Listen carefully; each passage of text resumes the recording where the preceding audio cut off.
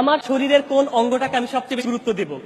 তার সেই প্রশ্নের উত্তরে আমার একটি গল্পের কথা মনে পড়ে গেল। ছোটবেলায় পড়েছিলাম যে শরীরের সকল অঙ্গ প্রত্যঙ্গ, হাত পা নাক মুখ নাকি একদিন মিটিং করে বলল যে পাকস্থলী তো কোনো কাজ করে না, শুধু বসে বসে খায়, তাহলে আমরা কাজ করা বন্ধ করে দেই, পাকস্থলীতে খাদ্য সরবরাহ বন্ধ করে দিই, দেখি কি ঘটে।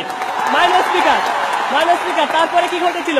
তারপরে তারা মাইনর স্পিকার খাওয়া দাওয়া বন্ধ করে দিল, হাত তার কাজ বন্ধ করে দিল, পা এগিয়ে যাওয়া বন্ধ করে দিল, পাকস্থলীও নির্জীব হয়ে গেল। পরিশেষে দেখা গেল পাকস্থলীর এই নির্জীব হয়ে যাওয়ার ফলে সকল অঙ্গ প্রত্যঙ্গই নির্জীব হয়ে গিয়েছে। মাইনর স্পিকার এই পাকস্থলী হচ্ছে আমার দেশের রেমিটেন্স এবং আমার দেশের প্রবাসী আয়। মাইনর স্পিকার, যে প্রবাসী আয় যদি একবার নির্জীব হয়ে যায় তাহলে মাইনর স্পিকার নির্জীব হয়ে যাবে। মাইনর স্পিকার, আমার দেশের সকল সেক্টর, সেটা সেটাকে মনে রাখতে হবে। মাইনর স্পিকার, আজকে আমাদের যে অর্থমন্ত্রী রয়েছেন, যিনি আমার অর্থনীতির হাল ধরে বসে আছেন, তিনি যখন অর্থনীতির হাল ধরে বসে আছেন তখন কিন্তু মূল বৈঠাটা ধরে বসে রয়েছে আমার সেই প্রবাসী ভাই বোনেরা। মাইনর স্পিকার, এটা আপনাকে মনে রাখতে হবে।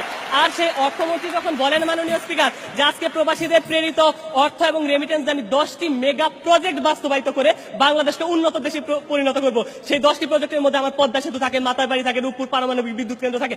আজকে এসব মেগা প্রজেক্ট বাস্তবায়নের স্বপ্ন দেখায় যে রেমিটেন্স, সেই রেমিটেন্স আজকে অবজ্ঞা করে কোন খাতে সামনের দিকে এগিয়ে যেতে পারবে না। মাননীয় স্পিকার, বাংলাদেশকে এগিয়ে নিয়ে যেতে হলে আজকে আমাকে একে স্বীকৃতি দিতেই হবে। মাননীয় স্পিকার, আজকে উনি বলেছেন প্রবাসীদের প্রেরিত অর্থ দুর্নীতিবাজদের পকেটে যায়। হ্যাঁ, আমারও কষ্ট হয় যদি দুর্নীতিবাজদের পকেটে গিয়ে থাকে।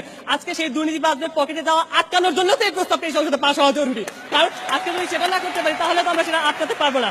মাননীয় স্পিকার, আজকে তিনি বলেছেন যে লাখ লাখ টাকা খরচ করে বিদেশে যায়, এটা নাকি একটা বিনিয়োগ। হ্যাঁ, উনি দেখতে পেরেছেন যে লাখ লাখ টাকা খরচ করে বিদেশে যায়, তাহলে যে কোটি কোটি ডলার আবার পাঠায় সেটা কি উনি দেখতে পাচ্ছেন না? মাননীয় স্পিকার, সেটাও তো তাকে দেখতে হবে। মাননীয় স্পিকার, 1971 সালে আমরা যখন যুদ্ধ করে একটি যুদ্ধ বিধ্বস্ত দেশ পেয়েছিলাম মাননীয় স্পিকার, ঠিক সেই মুহূর্তে ভঙ্গুর হয়ে পড়েছিল আমার দেশের অর্থনীতি।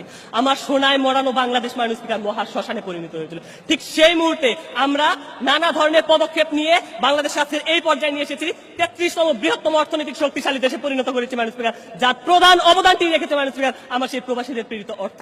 তারা আর কিছু চায় না মাননীয় স্পিকার, তারা আমার সরকার থেকে কিছু চায়নি মাননীয় স্পিকার। তারা সবসময় অবহেলিত থেকেছে, তারা সবসময় নির্যাতিত থেকেছে। তারা একটু সম্মান চায়, একটু সম্মাননা চায়, আর তাদের এই একটু সম্মাননার জন্যই যাতে আজকের এই প্রস্তাবটি এই সংসদে সর্বসম্মতিক্রমে গৃহীত হয় তার জোর দাবি জানিয়ে আমি আমার বক্তব্য শেষ করছি। ধন্যবাদ মাননীয় স্পিকার, ধন্যবাদ সবাইকে।